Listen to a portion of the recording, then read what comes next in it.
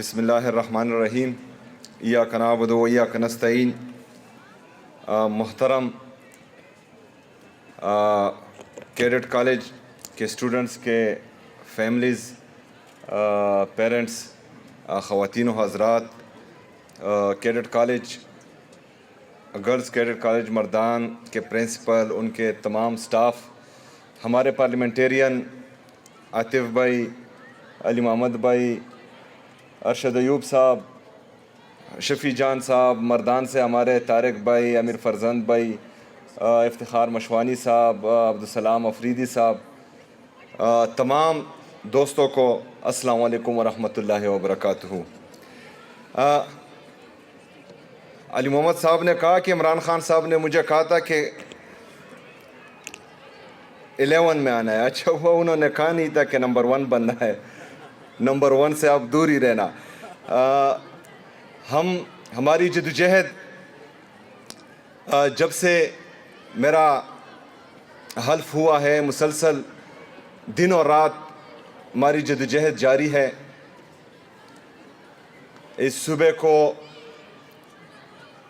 جس صوبے کے لیے ہم دن رات محنت کر رہے ہیں، اس کی ایجوکیشن کے لیے، اس کے ہیلتھ کے لیے، اس کے گڈ گورننس کے لیے، سروس ڈیلیوری کی بہتری کے لیے، یہ تمام چیزیں میرے قائد جناب عمران خان صاحب کے ویژن کے مطابق ہیں۔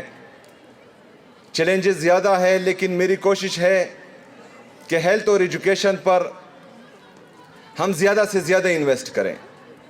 اور آج جو گرلز کیڈٹ کالج مردان میں نے اپنے صوبے کی بچیوں کو دیکھا، دوسرے صوبے سے آئے ہوئے اپنے بچیوں کو دیکھا، اوورسیز پاکستانی بھی یہاں پر جو ہیں اپنے بچیوں کو بھیج رہے ہیں اور یہاں تعلیم حاصل کر رہے ہیں، تو یہ ایک بہترین ماحول مجھے دیکھنے کو ملا۔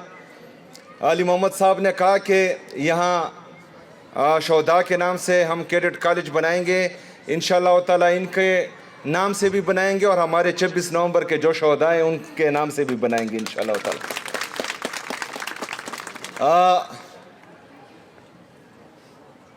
جیسا کہ میں بار بار کہہ رہا ہوں کہ ہمارے پاس، خیبر پختونخوا کے پاس محدود وسائل ہیں اور ہمارے مسائل زیادہ ہیں، لیکن بدقسمتی سے ہمارے جو وسائل ہیں جس پر وفاق قابض ہیں، ان کا میں بار بار ذکر کر رہا ہوں۔ یہاں پر ہمارے جو خیبر پختونخوا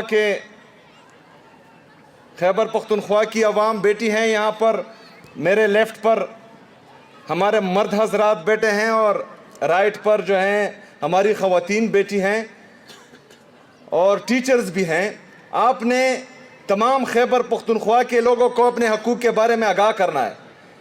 آپ نے جہاں پر بھی بیٹھنا ہے، چاہے وہ اسکول ہو، گھر ہو، محلہ ہو، غم ہو، شادی ہو، ہر جگہ پر آپ لوگوں نے یہ ایک پیغام دینا ہے کہ وفاق پر صوبہ خیبر پختونخوا کا 2200 ارب روپے سے زیادہ بجلی کی مد میں واجب الادا رقم ہے جو وفاق نے ہمیں ادا کرنا ہے۔ تقریباً 532 ارب روپے ہمارا مرج اضلاع سے جو وعدہ کیا گیا تھا 2017-18 میں، وہ ہمیں نہیں دے رہے، وہ بھی بقایا ہے۔ 2018 سے لے کر 2025 تک ہمارے مرج اضلاع کو ایڈمنسٹریٹیولی، انتظامی طور پر مرج کیا گیا، لیکن فائنینشلی طور پر آج تک مرج نہیں ہوا، جو آئین کی خلاف ورزی ہے۔ ان 7 سالوں میں اس کی مد میں وفاق کے ساتھ ہمارا 1375 بلین بقایا ہے۔ نتیہ گلی سے مری پانی جا رہا ہے، اس کی مد میں ہمارا وفاق اور پنجاب حکومت 63 ارب روپے بقایا ہے۔ اس طرح ونڈ فال لیوی، ان تمام جو رقوم ہے، ان کو اگر ہم جمع کریں تو یہ 4500 ارب روپے سے زیادہ بقایا ہے وفاق ہمارا۔ تو ہم اپنے محدود وسائل میں جو امتیازی سلوک وفاق ہمارے ساتھ کر رہا ہے، جو 3% ڈویزیبل پول صوبوں نے وعدہ کیا تھا مرج کے وقت، وہ بھی ہمارے ساتھ امتیازی سلوک کر رہا ہے۔ اس کے باوجود ہم محدود وسائل میں لامحدود مسائل ہم کر رہے ہیں، حل کر رہے ہیں، مسلسل اپنے لوگوں پر انویسٹ کر رہے ہیں، مسلسل گڈ گورننس اور ترقیاتی کام کرنے کی وجہ سے خیبر پختونخوا کی عوام ہمیں تیسری دفعہ ووٹ دے رہی ہے اور ہم تیسری دفعہ عمران خان کی حکومت یہاں آ رہی ہے۔ تو اگر یہ وسائل جو 4,500 ارب روپے سے زیادہ بنتے ہیں، اگر یہ ہمیں مل جائے تو ہم مزید انویسٹمنٹ کریں گے، مزید اپنے لوگوں پر انویسٹ کریں گے، مزید ایجوکیشن میں، ہیلتھ میں، ہماری باقی سوشل سیکٹر جتنے بھی ہیں، باقی ڈپارٹمنٹس ہیں، انرجی میں، پاور میں، ہماری بجلی میں، ہم بجلی سب سے سستی پیدا کر رہے ہیں پورے پاکستان میں۔ انہوں نے آئی پی پیز کے معاہدے کیے ہیں جس کی وجہ سے یہ بجلی کی قیمت 50 روپے سے زیادہ ہو چکی ہے، لیکن ہم پاکستان کو سستی بجلی دے رہے ہیں۔ ان تمام چیزوں میں ہم انویسٹ کر رہے ہیں۔ ابھی ہمارے ڈیمز بہت سارے بن رہے ہیں، بن بھی چکے ہیں کافی، باقی بن بھی رہے ہیں۔ تو ان چیزوں میں اگر ہم انویسٹ کریں گے، یہ پیسے ہمیں ملیں گے تو پاکستان کا فائدہ ہوگا، خیبر پختونخوا کا فائدہ تو ہوگا، پاکستان کا بھی فائدہ ہوگا۔ لیکن بدقسمتی سے ہمیں تو یہ پیسے نہیں مل رہے، اوپر سے جو ہے 5,300 ارب روپے کی یہ کرپشن کرتے ہیں۔ 5,300 ارب روپے یہ آپ لوگوں کا پیسہ تھا، یہ آپ لوگوں کا پیسہ تھا۔ انہوں نے کہا لیا، جو آئی ایم ایف کی چارج شیٹ ان پر بنی ہوئی ہے اس میں رپورٹڈ ہے، اور یہ یاد رکھنا کہ یہ 5,300 ارب روپے کی کرپشن یہ ڈاکومنٹڈ ہے۔ اس سے کئی زیادہ کی کرپشن ہوئے جن کا کوئی پوچھنے والا بھی نہیں ہے اور نہ ہی کوئی پوچھتا ہے۔ تو میرے بھائیوں اور بہنوں، ہم نے مل کر انشاءاللہ تعالیٰ اس صوبے کو عظیم صوبہ بنانا ہے۔ ہم نے مل کر اس صوبے کو بھی عظیم بنانا ہے اور پاکستان کو بھی انشاءاللہ تعالیٰ عظیم سے عظیم تر بنانا ہے۔ اور یہ صرف تبھی ہو سکتا ہے جب ایک صوبے کے ساتھ، ایک پارٹی کے ساتھ، ایک لیڈر کے ساتھ امتیازی سلوک نہ ہو۔